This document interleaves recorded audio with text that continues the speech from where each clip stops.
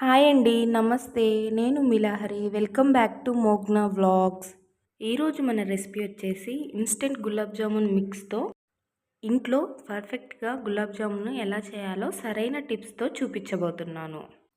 ఉండ చేయడం దగ్గర నుండి ఫ్రై చేయడం, పాకంలో వేయడం అన్నీ కూడా ఈ వీడియోలో మీరు చాలా క్లియర్గా చూడవచ్చు.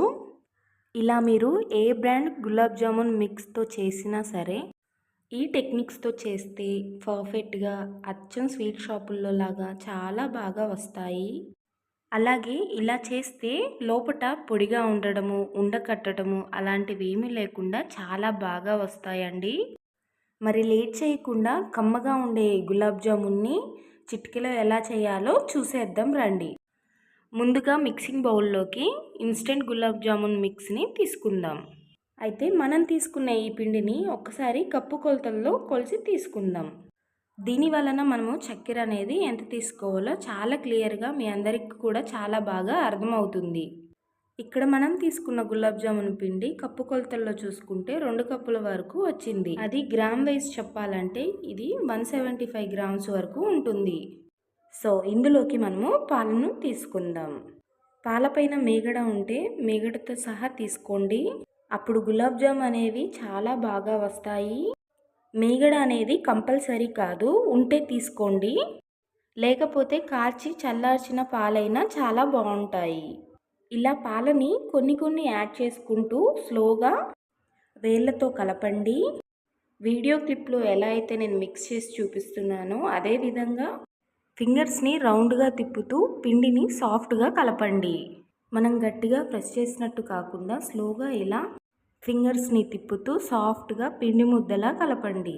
మనం ఈ గులాబ్ జామున్ పిండిని ఎక్కడా కూడా ప్రెస్ చేసినట్టుగా గట్టిగా కలపాల్సిన అవసరం లేదు. కాబట్టి సరిపడా పాలను తీసుకొని ఇలా సాఫ్ట్గా కలిపాక ఇప్పుడు ఇందులోకి 1 టీ స్పూన్ నెయ్యిని తీసుకొని మిక్స్ చేసుకుందాం. ఇలా కొంచెం నెయ్యిని వేయడం వల్ల టేస్ట్ అయినా గులాబ్ జామున్ కన్సిస్టెన్సీ అయినా చాలా బాగుంటుంది. సో నెయ్యిని తీసుకున్నాక మళ్ళీ ఒకసారి స్లోగా పిండి అంతా కూడా కలిసేలాగా బాగా కలపండి. చూడండి, ఇలా పిండి అంతా కూడా చాలా సాఫ్ట్గా ఉండాలి. ఇలా విరిచి చూస్తే ఎయిర్ గ్యాప్స్ వచ్చాయి అంటే పిండికి సరిపడా పాలను తీసుకొని బాగా కలిపినట్టే. సో ఇలా కలిపిన పిండిని ఒక 5 నిమిషాల పాటు పక్కన పెట్టేసి ఇప్పుడు పాకాన్ని ప్రిపేర్ చేసుకుందాం. ఇప్పుడు మరో పక్కన ఒక గిన్నెలోకి మనం తీసుకున్న గులాబ్ జామున్ మిక్స్ అనేది 2 కప్పుల వరకు వచ్చింది. ఇప్పుడు ఇందులోకి 4 కప్పుల వరకు పంచదారని యాడ్ చేసుకుందాం. మీకు షుగర్ సిరప్ అనేది తక్కువగా కావాలంటే 3 కప్పుల చక్కెరతో అయినా చేసుకోవచ్చు. ఇప్పుడు ఇందులోకి మనము ఎంతైతే చక్కెరని తీసుకున్నామో దానికి సమానంగా నీళ్ళను కూడా 4 కప్పుల వరకు వేసుకోవాలి. ఇప్పుడు మంటను హై ఫ్లేమ్లో పెట్టి చక్కెర అనేది పూర్తిగా కరిగిపోయే వరకు వెయిట్ చేయండి. ఇలా చక్కెర అంతా పూర్తిగా కరిగిపోయాక మంటను మీడియం ఫ్లేమ్లో పెట్టి ఒక 5-6 నిమిషాలు పాకాన్ని బాగా మరిగించామంటే పాకం అనేది మనకి కావాల్సిన విధంగా పర్ఫెక్ట్గా వస్తుంది. కాబట్టి పాకాన్ని మనము ఒక పక్కన మరగబెడుతూనే మరో పక్కన గులాబ్ జామున్ ఉండల్ని ప్రిపేర్ చేసుకుందాం. మనం కలిపిన గులాబ్ జామున్ పిండిని తీసుకొని మరోసారి స్లోగా కలపండి. ఇప్పుడు కలిపేటప్పుడు కూడా మరీ గట్టిగా కలపాల్సిన అవసరం లేదు. కావాలంటే కొంచెం చెయ్యికి నెయ్యిని అప్లై చేసుకొని స్లోగా కలపండి. ఇలా ఒకసారి కలిపాక మనం చేసే గులాబ్ జాములన్నీ ఒకే సైజు రావడానికి చిన్న ఉండలుగా డివైడ్ చేసుకుందాం. మీరు కావాలంటే ఒక చిన్న స్పూన్ తీసుకొని ఆ స్పూన్తో ఒత్తుతూ అయినా పిండిని కొలిసి తీసుకోవచ్చు.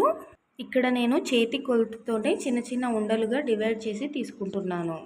సో ఇలా డివైడ్ చేశాక అలాగే మరో పక్కన కూడా పాకాన్ని చూస్తూ పాకాన్ని మరిగించండి. ఇప్పుడు ఒక్కొక్క ఉండను తీసుకొని రౌండ్గా చేసుకుందాం.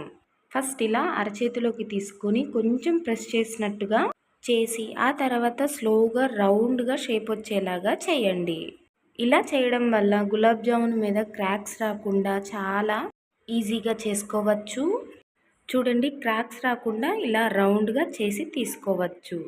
ఏం లేదండి, మనం ఒక ఉండను తీసుకొని ఇలా చేతిలోకి పెట్టుకున్నాక కొంచెం లైట్గా ప్రెస్ చేస్తున్నట్టు చేస్తూ ఆ తర్వాత స్లోగా రౌండ్గా తిప్పండి. ఈ చిన్న టెక్నిక్తో చేస్తే గులాబ్ జామున్ మీద క్రాక్సే రావు. చాలా ఈజీగా చేసుకోవచ్చు. ఇక్కడ మనము గులాబ్ జామున్ పిండిని చాలా సాఫ్ట్గా కలిపాం కాబట్టి ఈ చిన్న టెక్నిక్ని ఫాలో చేస్తే అస్సలు క్రాక్స్ రాకుండా చాలా బాగా వస్తాయి. మీకు క్రాక్స్ వస్తున్నాయి అంటే మీరు పిండిని చాలా డ్రైగా కలిపినట్టు అర్థం. అలాగే క్రాక్స్ పోవడానికి నేను ఒక చిన్న టిప్ చెప్తానండి. ఇలా చేసిన గులాబ్ జామ్ ఉండపైన కొంచెం పాలను తీసుకొని వీడియో క్లిప్లో చూపిస్తున్న విధంగా ఇలా పైపైనే కొంచెం రుద్దినట్టుగా చేసి ఆ తర్వాత ఉండలా చేయండి. ఇలా ఈ టెక్నిక్ని కూడా ఫాలో అయినా పైన ఉన్న క్రాక్స్ అన్నీ పోతాయి. మీకు అవసరమైతే ఈ చిన్న టెక్నిక్ని కూడా ఫాలో అయ్యి పైన క్రాక్స్ లేకుండా ఉండని రౌండ్గా చేసుకోండి. మరో పక్కన 6-7 నిమిషాల తర్వాత మనకి పాకం వచ్చిందో లేదో చూద్దాం. ఇలా కొంచెం పాకాన్ని చేతిలోకి తీసుకొని చూసామంటే మనకి పాకం అనేది ఎక్కువ స్టిక్కీగా రావాలి. మరీ తీగ పాకం రావద్దు, అలా అని పాకం పల్చగా కూడా ఉండొద్దు. ఇలా కొంచెం స్టిక్కీగా వస్తే గులాబ్ జామ్ కోసం పర్ఫెక్ట్గా వచ్చినట్టు. ఇప్పుడు చివరిగా మంచి టేస్ట్ కోసం 1/2 టేబుల్ స్పూన్ ఇలాచీ పౌడర్ వేసుకోండి.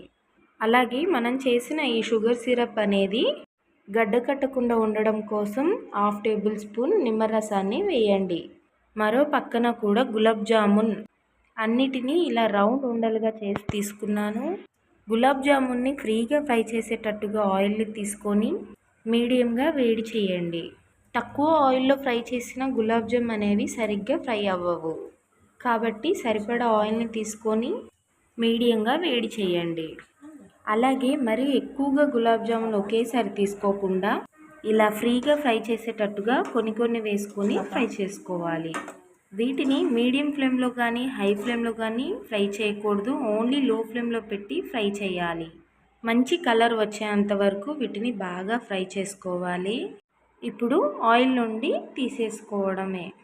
ఇప్పుడు ఇవి కలర్ కొంచెం డార్క్గా ఉన్నాయి కానీ పాకంలో వేసాక లైట్ కలరే వస్తాయి. మిగిలిన గులాబ్ జామున్ని కూడా కొన్ని తీసుకుంటూ అన్నీ ఇలానే ఫ్రై చేసుకోవాలి. అయితే ముందుగా ఫ్రై చేసిన వాటిని పాకంలోకి తీసుకుందాం. మనం పాకంలో వేసేటప్పుడు పాకం కూడా గోరువెచ్చగా ఉండాలి. ఇన్ కేస్ పాకం పూర్తిగా చల్లారిపోయి ఉంటే లైట్గా వేడి చేసుకోండి. వేడి గులాబ్ జాముల్ని గోరువెచ్చిన పాకంలోకి తీసుకోవాలన్నమాట. ఇలా పాకంలోకి గులాబ్ జాములన్నీ తీసుకున్న తర్వాత గులాబ్ జామున్కి పాకం బాగా పట్టించాలి. ఇలా అన్నీ తీసుకున్న తర్వాత పాకాన్ని బాగా పట్టించి ఒక 15-20 నిమిషాలు పక్కన పెట్టుకోండి. ఇక్కడ నేను ఒక అరగంట తర్వాత చూపిస్తున్నానండి. చూడండి, పాకం అనేది గులాబ్ జామ్ బాగా పీల్చుకొని ఎంత చక్కగా రెడీ అయ్యిందో. ఇప్పుడు వీటిని మనము ఒక సర్వింగ్ బౌల్లోకి సర్వ్ చేసుకుందాం. నేను చెప్పిన టిప్స్ని ఫాలో చేస్తే మీరు ఇంతకన్నా కూడా చాలా బాగా చేయగలరు. ఒకసారి ఇంట్లో ఈ టెక్నిక్స్తో ట్రై చేసి చూడండి ఎంత బాగా వస్తాయో. ఈరోజు చెప్పుకున్న ఈ సింపుల్ అండ్ నా ఫేవరెట్ రెసిపీ మీకు నచ్చితే ఈ వీడియోని లైక్ చేసి మీ ఫ్రెండ్స్తో షేర్ చేసుకోండి. అలాగే మీరు ట్రై చేశాక మీకు ఎలా కుదిరిందో నాకు కామెంట్ సెక్షన్లో చెప్పడం మర్చిపోవద్దు. మన ఛానల్ని కొత్తగా చూస్తున్న వారైతే ప్లీజ్ వెంటనే వెళ్ళి సబ్స్క్రైబ్ చేసుకోండి. అలానే పక్కనే ఉన్న బెల్ ఐకాన్ని యాక్టివేట్ చేయండి. థ్యాంక్ యూ ఫర్ వాచింగ్ అండి.